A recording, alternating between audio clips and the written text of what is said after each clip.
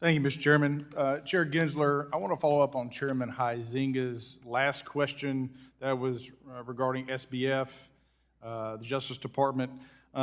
He was talking about the memo, the request, about any communication between the Justice Department and your agency. Is it fair to assume that you were about to say that the Department of Justice is responsible or implicated in the production of that document regarding the charges to SBF? No, let me say two things. One, it's really important to protect investigative files because there are things in investigative files that are private, and we put out then in a charging document for a court to review and the public to review the important information about those charges. But an investigative file is important to keep confidential.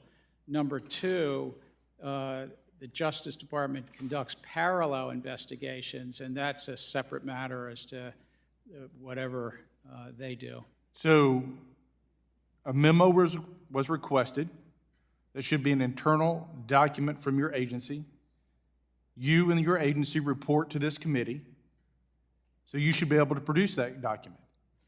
Again, sir, I have deep belief in and respect for congressional oversight, but we're working with the committee staff here. We're working with the members that you met to try to address their issues. We've met, the staffs have met, have continued to brief as to how we deliberate and how we approach enforcement matters.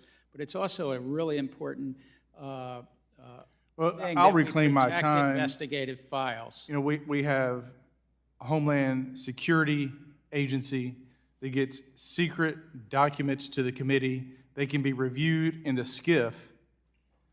There can be a process here by which you oblige this committee and produce the documents that have been requested. It's that simple.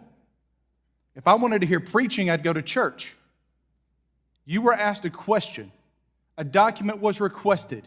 You have an obligation to produce it. Now, if we need to take extraordinary measures to protect the information within that document, it can be done so. But please spare me the preaching.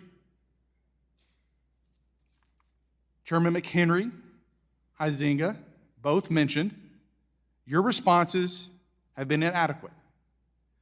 Your staff have relayed to committee that you have 4 full-time employees in the Office of General Counsel and working with one IT staffer to address the concerns of Congress and committee. Given the size of your budget, do you plan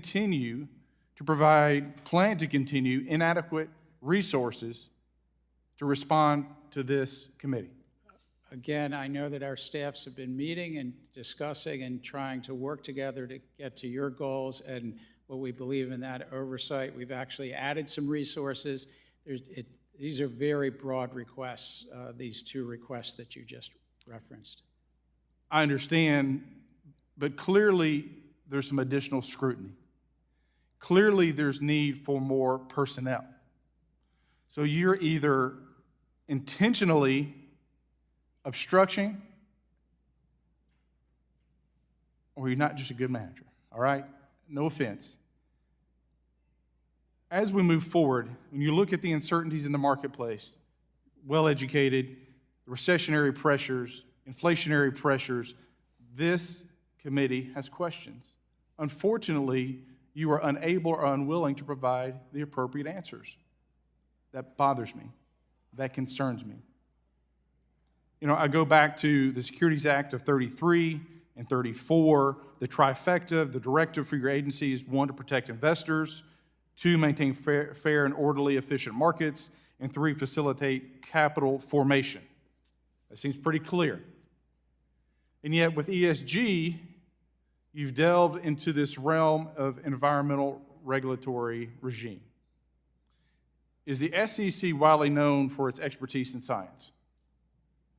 We're a capital markets regulator. We're merit neutral. We don't make, and we're not through this rulemaking addressing climate policy. Well, to be clear, no one's looking for the SEC for scientific guidance.